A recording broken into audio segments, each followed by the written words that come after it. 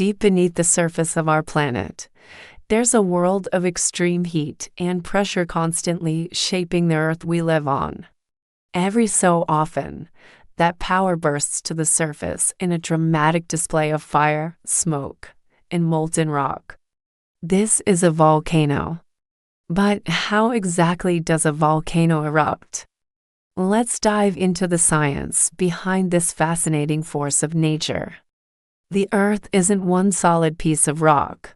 It's made up of several layers: the crust, the mantle, the outer core, and the inner core. The crust is the thin outer shell where we live, and beneath it lies the mantle, a thick layer of extremely hot, semi-solid rock. Deep inside the mantle, temperatures are so high that rocks melt and form magma, a thick liquid made of molten minerals and gases.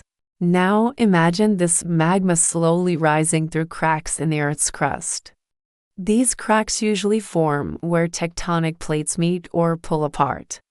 When the pressure inside the Earth becomes too strong, magma forces its way up to the surface, breaking through weak spots in the crust.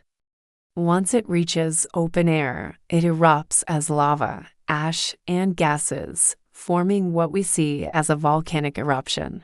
But not all volcanoes erupt the same way. Some produce slow, gentle lava flows that spread across the land, while others explode violently, sending ash clouds miles into the sky. The difference lies in the type of magma and the amount of gas trapped inside it. If the magma is thin and runny, gas escapes easily, leading to calm eruptions like those in Hawaii.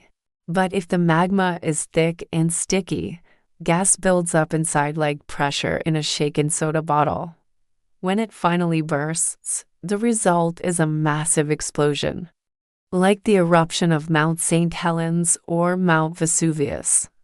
When a volcano erupts, it releases lava, ash, and gases such as carbon dioxide and sulfur dioxide. The lava can destroy everything in its path, but it also creates new land as it cools and hardens. Over time, repeated eruptions can build entire mountains. In fact, some of the most beautiful islands on Earth, like Hawaii and Iceland, were born from volcanic activity. Volcanoes are also closely connected to tectonic activity. Around 80% of them are found along the edges of tectonic plates, especially in a region called the Ring of Fire, which circles the Pacific Ocean.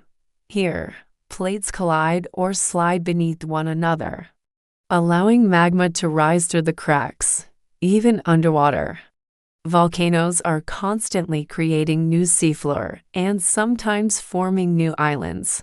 Scientists called volcanologists study volcanoes to predict eruptions and protect people living nearby. They use instruments to measure earthquakes, gas emissions, and ground movement. While predicting the exact timing of an eruption is still difficult, these studies save lives by giving early warnings and evacuation alerts. Volcanoes remind us that Earth is a living, breathing planet, constantly changing and reshaping itself from the inside out. They can be destructive, but they also bring life. Volcanic soil is among the most fertile in the world, helping plants grow and supporting ecosystems for centuries.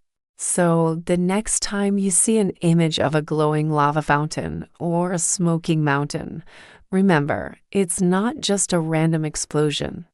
It's our planet releasing its inner energy, recycling the crust, and creating new land. If you enjoy learning about how our planet works, make sure to subscribe to my channel How Things Work and comment the next topic you want to learn.